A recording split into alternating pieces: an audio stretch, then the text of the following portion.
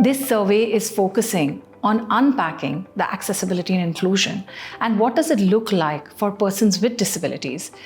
They reached out to persons with disabilities living across 20 cities, majority of whom, so around 55%, were persons with locomotor disability, around 19% were deaf and hard of hearing, around 17% were visually impaired, which is blind or low vision, and others including those living with intellectual disabilities. The top findings of this survey. Transportation is a huge challenge for them. Accessing the transport itself with their aids and assistive devices like a wheelchair, but also once they disembark from the transportation, reaching a destination, accessing toilets or accessible toilets, which we may not think about, are really big challenges that they marked. Blind and low vision individuals also said the transportation or traveling can be a challenge. Reaching destinations, the lack of braille markers in these places or any kind of tactile markers, these were the main challenges that were cited. Again, accessing washrooms, not knowing where they are, inadequate support.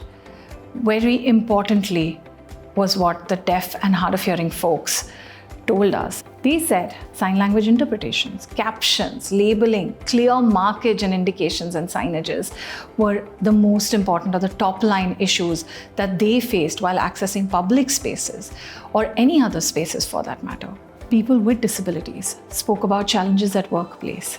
They spoke about challenges in recreation. They spoke about challenges in areas of life which make it meaningful for us as individuals, the areas of life that are important, the areas of life that actually would ensure complete social inclusion.